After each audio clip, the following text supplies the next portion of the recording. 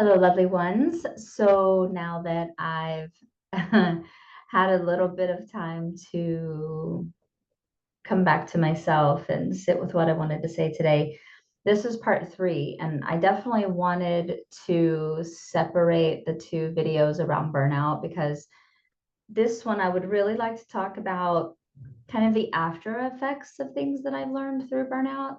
Like in the midst of it, when you're in it, you're really just trying to get through it. So there's a lot of immediate focus on what you're feeling, what you need. You can only do as much as you can do. Like there's a lot of presence in burnout because that's really as far as your vision can take you is your immediate needs. And so coming out of that, there, just like on the dawn of a new day, there were some glimpses that my energy was returning. I would get my hopes up and then I would feel better and then I would crash again. So it was like trying to take off in a plane that you've mended because it crashed and it still needed a little bit of work. You couldn't quite get off of the ground. Um, I feel like that recovery time is going to be very personal per person because, again, I don't think that there is a cookie cutter process. I don't think everyone's experience is the same. And so it's very individualized.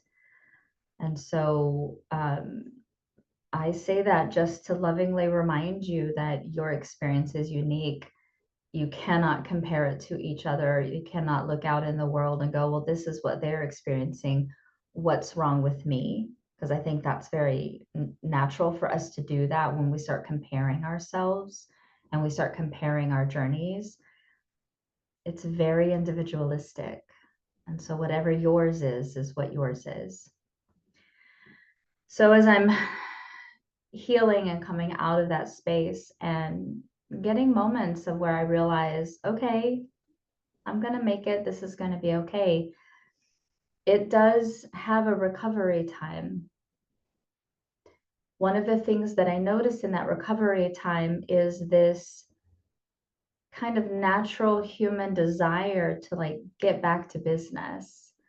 Like, okay, well, that's over. And now we can get back to business. And now I can get back to normal, whatever normal is. And the problem with that is, I feel like there is a wisdom surrounding burnout. I feel like it comes into our lives to disrupt what is normal when normal is not healthy. And so to like really sit in that word of, well, normal, this is normal, right? Normal doesn't mean good. Normal doesn't mean healthy. Normal doesn't mean that that's what I needed to be doing. It was my adaptation to my trauma.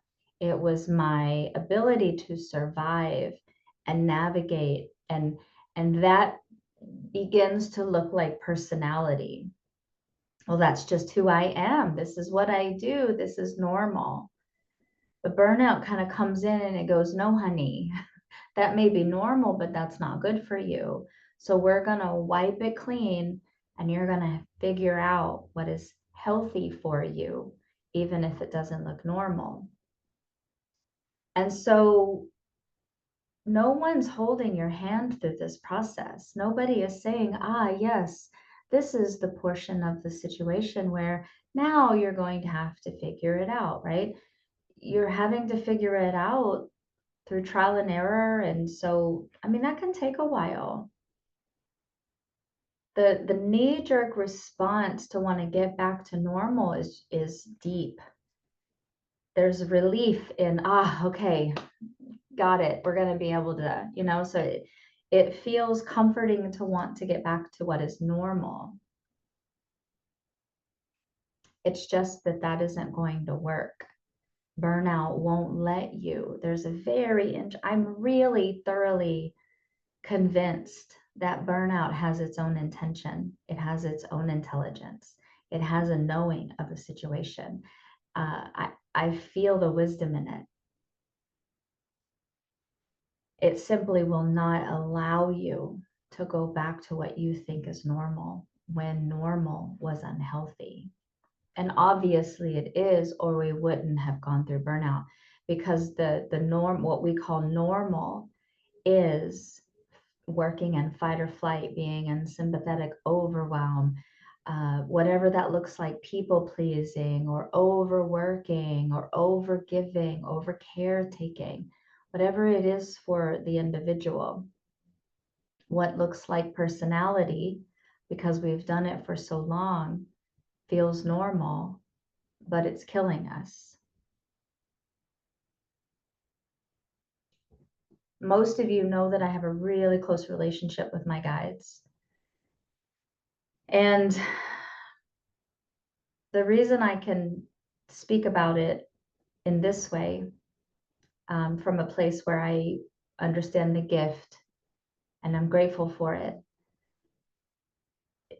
is an indication that I'm far enough away from it, because you do not appreciate it when you're in it. So just like you shouldn't have to rush being grateful for it. Don't pretend to be grateful and have the I'm so grateful, like when you don't, like hate it when you want to hate it, but eventually when you come out, there's an offer to be able to look back and be grateful for what it showed you.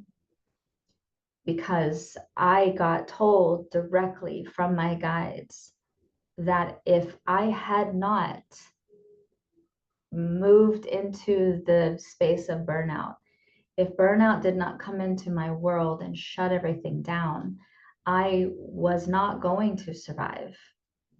I was on the brink of getting sick and not recovering from that sickness. Because normal isn't always healthy. And the level of my people pleasing was killing me, literally, not trying to be dramatic. The level of my people pleasing that I thought I was doing well with. Mind you, I'm a trauma coach. I tell people all the time how to move out of people pleasing. I had my eye on my own people pleaser. I was choosing to dismantle my people pleaser during that 2022. So, in my arrogance of, oh, I've got this, burnout came in and it said, actually, you don't. You're missing a whole other level of what is harming you. And it came in and it sat me down, put me in timeout, and it said, look, you're missing this and this and this and this and this. That is the portion where I mentioned in the last video of the identity break, where it creates an identity crisis of, I thought I knew who I was. I thought I saw the truth. I was actively working on the things that I knew were unhealthy. I knew people pleasing was not a sustainable way of being. So I say that so that there can be grace for anyone that feels like they might want to beat themselves up for, why didn't I see this? Why didn't I catch this? I should have done better. Like that shoulda, coulda, woulda space is so dangerous in these moments when we're already recovering from such a fragile state called burnout. I didn't see it. I didn't catch it. I didn't know it. I didn't understand the level of the way my burnout, I'm sorry, the way my people pleaser was so deeply embedded and controlling the situation, controlling everything, even though I thought I was fairly attuned to that awareness. I didn't catch those things. I missed a lot. I missed a lot of really close relationships. I didn't see how I was people pleasing And so just to like add some language to that, what I mean when I say my people pleasing, I would do anything to make anyone happy, even at the cost of myself. So give and give and give and give and do and do and do and do and right at at the cost, at harming myself. I would harm myself giving. And so that deficit I wasn't paying attention to. I didn't realize the level I was doing that, even though I thought I was watching it and getting it. I had to give myself the grace and the compassion and the understanding and the forgiveness that I didn't see it. Because what's the alternative? We can go back to that conversation of you can punish yourself. I should have seen it. Why wasn't I? I thought I was better. It was real easy for me being a coach, being someone that tells people, hey, you're people pleasing. Like I coach people on that. It would be very easy for me to turn that back around and go, I should have been better. I can't believe I missed that. Who am I? And like it can deteriorate really quickly if I let it go there. It's just that that's not quite accountability. It's not accountability if it's just punishment. So did I have accountability? 100%. Oh my God. I cannot believe I missed that. I see how I missed that. I see why I lost that friend. I can see how that wasn't healthy. I see my part in it. A lot of accountability right there, but no punishment. Punishment isn't going to do us any good. So, yes, I can see the gift in the burnout now that I'm far enough away from it. You won't see the gift in it. It's excruciating in it. So I'm offering that you be very kind in it. But yes, as you start to move away from it, you get time and distance. Time away and distance away, you can kind of see it more clearly in a hindsight sort of way. I think that is a true indication of healing. But something that I didn't expect in that time and distance was I realized I started to mourn. And in my recognition of that, I pondered. I think we don't mourn when we're in the wound, when we're in whatever breakdown we're in, when we're in the storm. It's just survival. It's just doing our best and adapting as best we can and making adjustments and trying to get out of the storm. But it's in the time and distance away from that storm is when I feel like the weight of what I went through then began to process.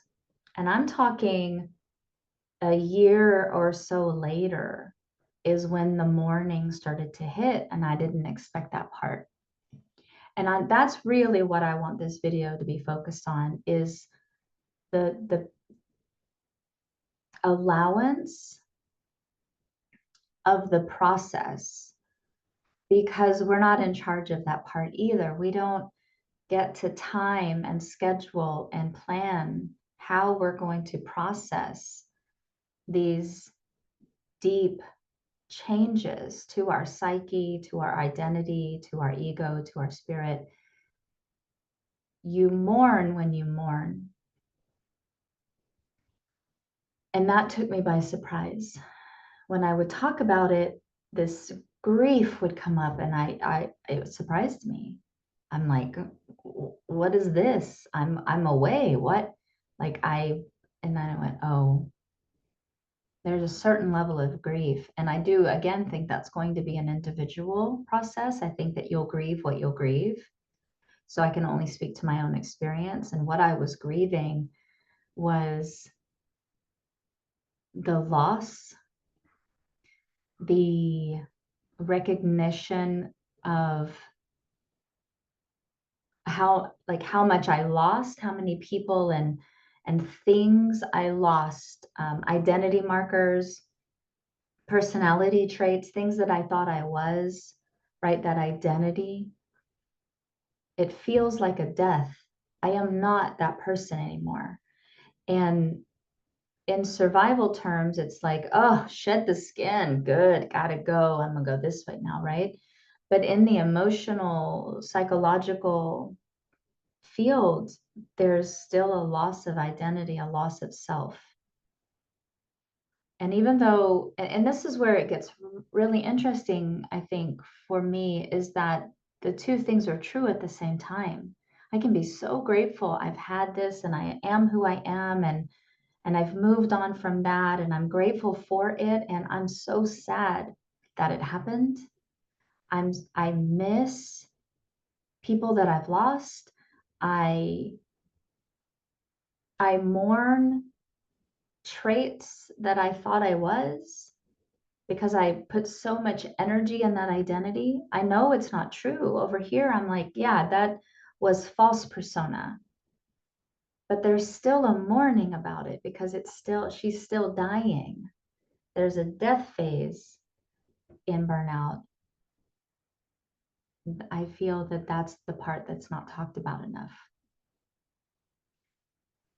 Our society in general doesn't value emotion, and we do not fully understand the mourning or the grief period. There's a lot of language that speaks about like, well, you just got to move on, you just got to pick yourself back up and like get in the game. And like, there's a lot of value in being strong and moving on. And I don't agree. I feel like the real strength is being able to be with your grief, to be able to witness it, to breathe towards the grief, not to let the grief swallow you up and then take you into the dark abyss of depression.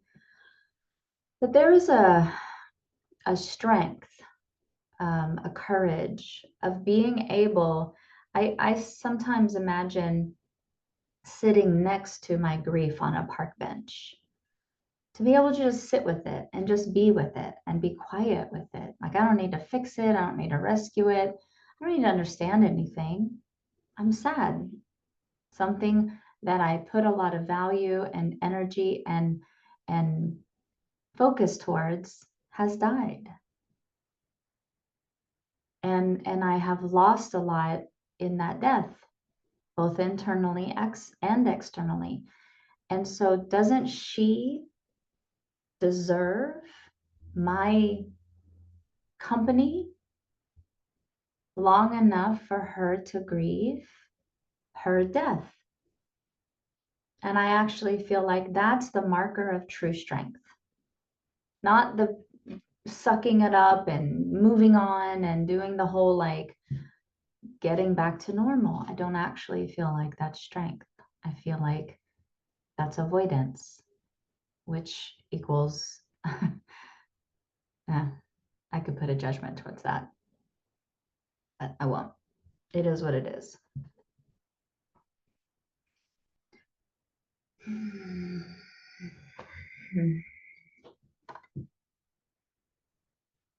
I want to see if there's anything else I wanted to say around that, because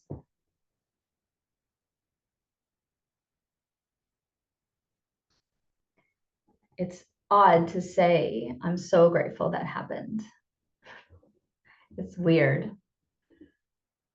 just knowing how hard it was, but now having the benefit from it and having the clarity and knowing intimately the capacity that I have in my own nervous system, and it's still a recovery.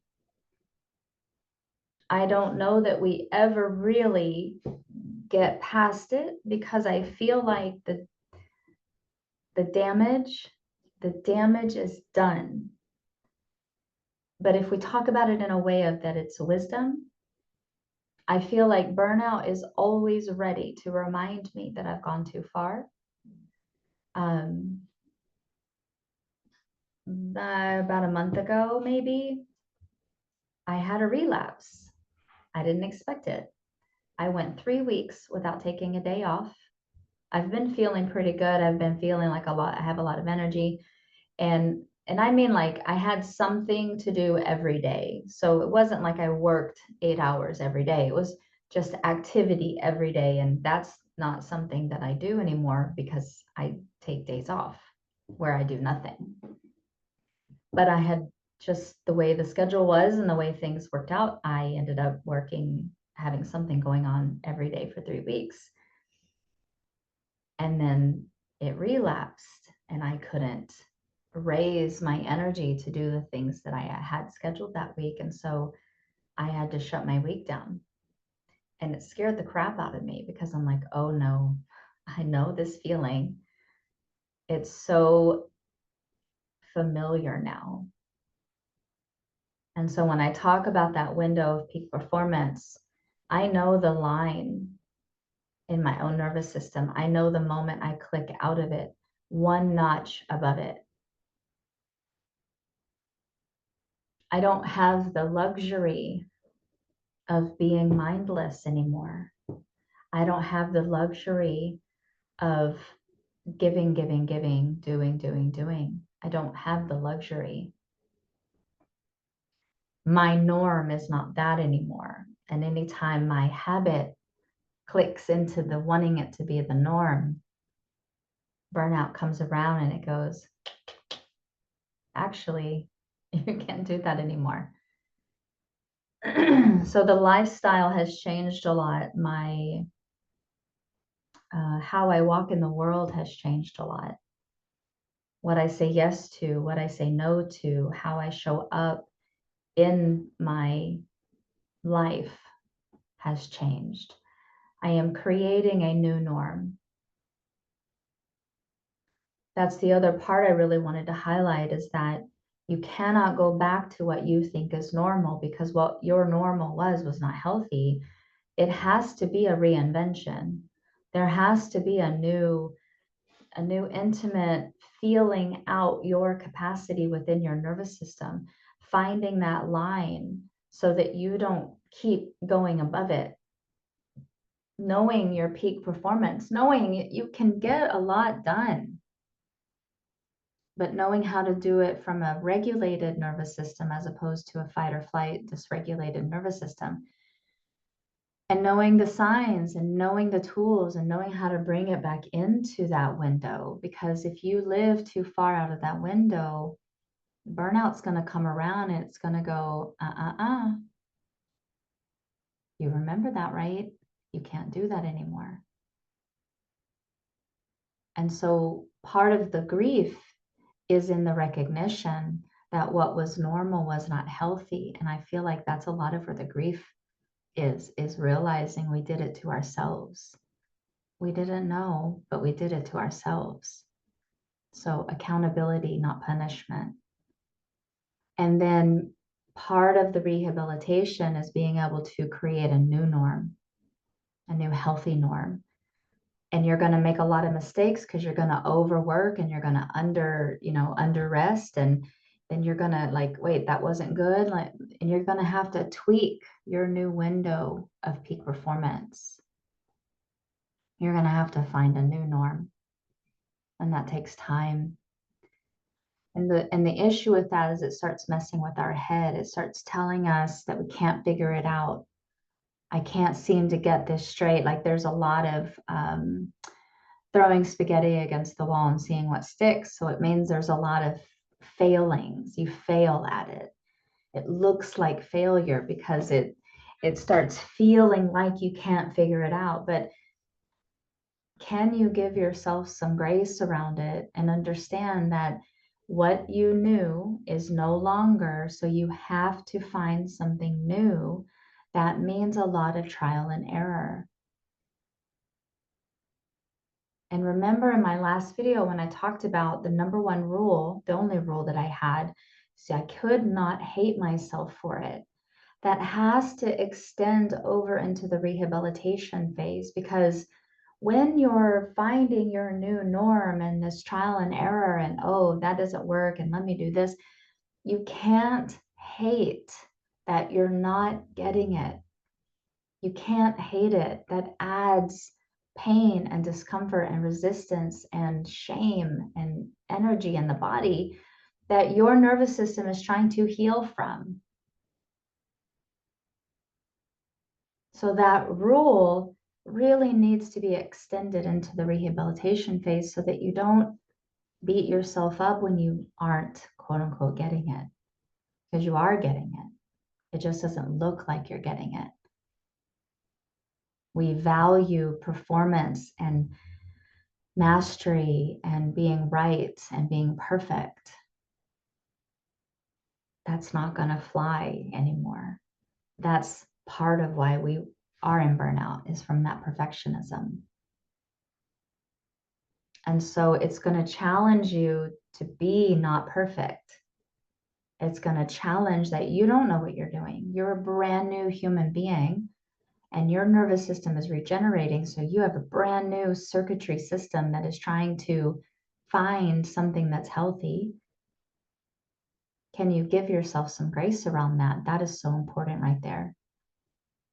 That is the true rehabilitation, is being kind about your experience and bringing over that rule of not hating yourself for not having it all figured out.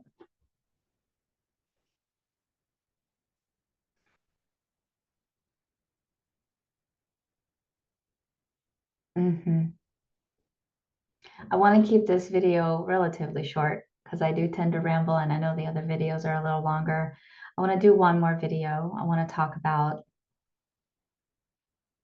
what is working for me in this rehabilitation phase. I want to bring in some embodiment conversations and nervous system regulation because I feel like the aftercare is so important. Again, you're not ever going to be able to go back and be that other person. And so you have to implement new ways. You have to. Like, you have no choice unless you really want to go back to that. And you're not going to do well if you go back to that. It's sort of a promise. I mean, you technically have choice, but it's not really a choice. So there has to be some implementation of some new things. And so I'll talk about that in the next video and yeah, share some things there. Okay, see you next time.